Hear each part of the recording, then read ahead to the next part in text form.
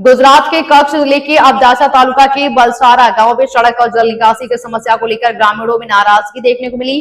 ग्रामीणों ने आरोप लगाया ग्राम पंचायत में बलसारा से आईदा जाने वाली मुख्य आरसीसी सड़क मिट्टी डालकर आवागमन प्रभावित कर दिया गया। पानी की निकासी भी बाधित हुई है। संबंध में ग्रामीण तालुका विकास अधिकारी को ज्ञापन सौंपकर जल समाधान की मांग की। ग्रामीणों का कहना है कि पहले भी मुख्यमंत्री जिला विकास अधिकारी संबंधित अधिकारियों को शिकायत दी गई, लेकिन अभी तक कोई समस्या का समाधान नहीं हुआ। तालुका विकास अधिकारी ने 2 दिन के भीतर कार्रवाई का आश्वासन दिया।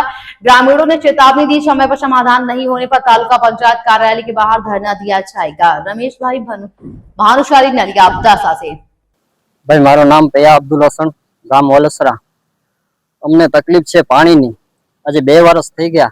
અમે વારંવાર રજૂઆત કરીએ છીએ, છતાં પણ કોઈ સ્વીકારવામાં આવતી નથી। ખરેખર કાયદેસર ભ્રષ્ટાચાર છે। જે અમને આ રજૂઆત આપી હતી કે પાણીનો નિકાલ કરો, જે અમારો રોડ હતો એ પણ સરપંચે દાટી નાખ્યો છે। કાયદેસર એનું જાહેર સબૂત છે, જોવા પણ મળી શકે છે। હજી સુધી 3 થી 4 ફૂટ રોડ ઉપર માટી નાખી છે, છતાં પણ અમે વારંવાર ધક્કા ખાઈએ છીએ, ત્યાં પણ કોઈ પણ કાર્યવાહી એના ઉપર થતી નથી।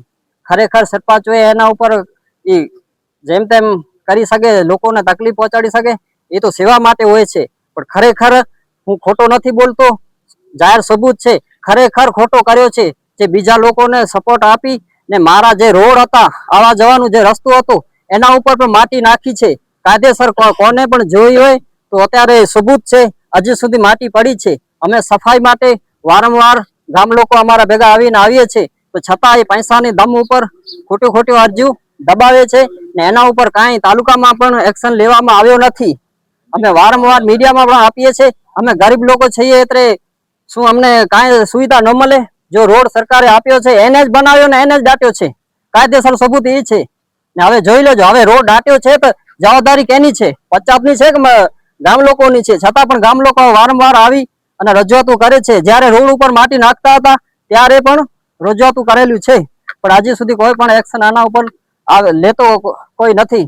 તો આ ખાસ નિમ્ર વિનંતી છે, પાણીનું જે મારા ઘર ઉપર પાણી આવે છે એનો નિકાલ થવો જોઈએ। સાથે જણાવવાનું કે મારું નામ પડિયાર અનવર અબ્દુલ છે। હું ગામ વલસરાનો રહેવાસી છું।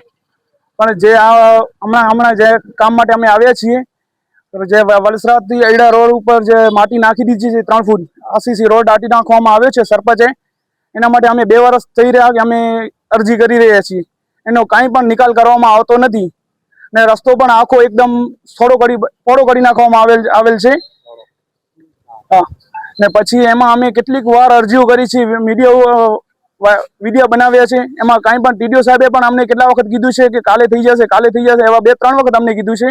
એમાં પણ કાંઈ કામ કરવામાં એક્શન લેવામાં કાંઈ નથી આવતો ને આ જે ભાઈઓ છે અબ્દુલભાઈ, જાવેદભાઈ, એના પણ ઘરોમાં પાણી જાય છે।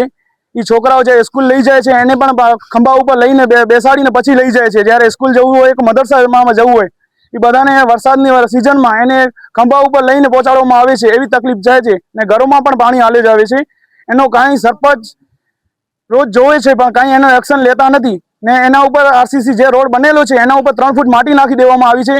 એના કરતાં અમે એને કીધું કે ભાઈ માટી સાફ કર તું ને જે ગટર લાઈન નાખવાની છે એ ગટર લાઈન તું નાખ, એમાં પાણીની નિકાલ કર, પણ એ ખાલી કાંઈ પણ એનો એક્શન નથી લેતા। ખબર નથી એમાં બધાની કેમ કે એમાં બધાની મેલબગત છે કે શું છે?